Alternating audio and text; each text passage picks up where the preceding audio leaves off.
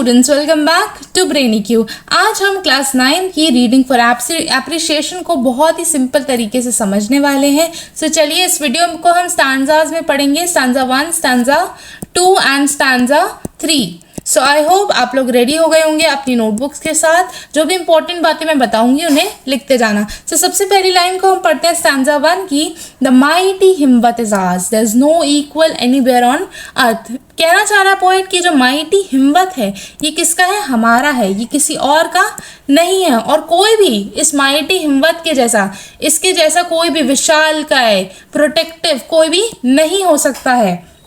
Second line में the generous Ganga is hours, which other river can match her grace. ये जो generous Ganga है ये भी किसकी है? हमारी है। ये गंगा कैसी नदी है? बहुत ही ज़्यादा पवित्र नदी है। और इनके जैसी जो गंगा है उनके जैसी कोई भी नहीं है और उन्हें हम किसी से कंपेयर नहीं कर सकते हैं। फिर पोएट क्या कह रहा है? The secret Upanishads are ours, what other scriptures else to name with them. ये जो सीक्रेट उपनिषद है, ये जो ज्ञान है, ये भी किसका है? हमारा है। और इनके जैसा भी कोई अलग नहीं है। ये क्या है? ये हमारी धार्मिक दार्शनिक ग्रंथ है, भारत की सबसे बड़ी विरासत है ये उपनिषद।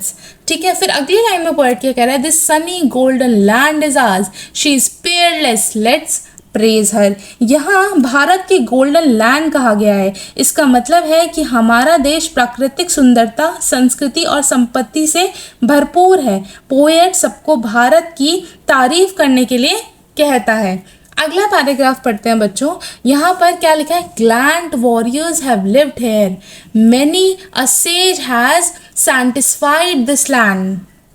पोएट कहते हैं कि हमारा देश में बहादुर योद्धा भी हुए हैं और महान ऋषि मुनि भी हुए हैं। उन्होंने अपनी बहादुरी और ज्ञान से भारत को क्या बनाया है? महान बनाया है।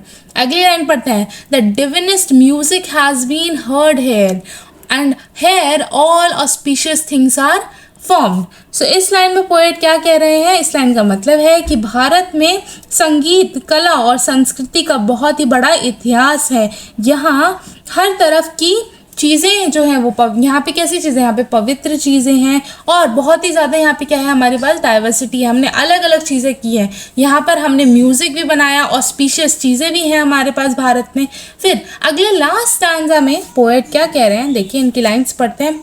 Hair Brahma knowledge has taken root and Buddha preached his dharma here. तो यहाँ पर क्या बताते हैं पोएट कि भारत ही वो भूमि है जहाँ ब्रह्म ज्ञान और जन्म हुआ है। गौतम बुद्ध ने यहाँ अपना धामा यानी टीचिंग्स को दुनिया को दी। यहीं से जो गौतम बुद्ध थे उन्होंने अपनी टीचिंग्स जो है वो दुनिया को दी। लास्ट लाइन जो है बहुत ही अच्छी लाइन है।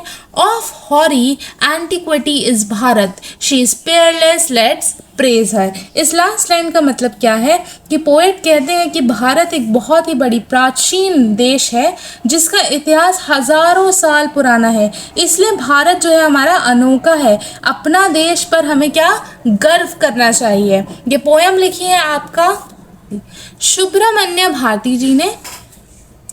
आइए इस पोएम के जो पोएटिक डिवाइसेस हैं उनको हम समझते हैं। तो आइए पोएटिक डिवाइसेस। तो सबसे पहला पोएटिक डिवाइसेस है पर्सोनिफिकेशन। पर्सोनिफिकेशन क्या होता है? हम ह्यूमन क्वालिटीज देते हैं कौन सी थिंग्स को? नॉन लिविंग थिंग्स को।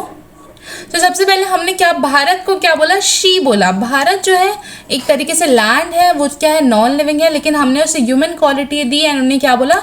शी बोला। फिर रेटोरिकल क्वेश्चन, यानी कि ऐसे क्वेश्चंस जिनका ऑब्वियस आंसर है फिर भी हम उन्हें पूछते हैं, जैसे कि which other river can match her grace. इसमें हम किसकी बात कर रहे हैं? गंगा की बात कर रहे हैं। फिर मेटाफोर होता है कंपैरिजन। अब ऐसा कंपैरिजन जिसमें हम लाइक या फिर एज का यूज नहीं करते, जैसे कि this sunny golden land is hours. यहाँ पे हमने अपने लैंड को क्या कहा है?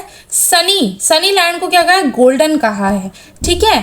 आइए रेपिटेशन देखते हैं। रेपिटेशन में क्या होता है? रेपिटेशन में she is peerless, let's praise हर। ये जो लाइन थी, एक लाइन थी, ये हमारी पोएम में 2 बार रिपीट हुई है। सो इसी को हम क्या कहते हैं? रेपिटेशन कहते हैं। रेपिटेशन मतलब रिपीट होना।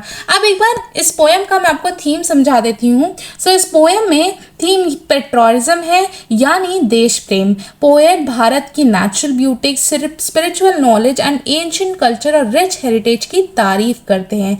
पोएम हमें सिखाती है कि हमें अपने देश पर गर्व होना चाहिए और उसकी संस्कृति और विरासत का सम्मान करना चाहिए। सो बच्चों, यही थी आपकी छोटी सी poem for appreciation. I hope आपको ये पोएम अच्छे से समझ में आ गई होगी। अगर आपको ये पोएम समझ में आ गई तो वीडियो को लाइक कर दीजिए एंड चैनल को सब्सक्राइब कर दीजिए। मिलते हैं किसी अगले लेक्चर में। Thank you so much.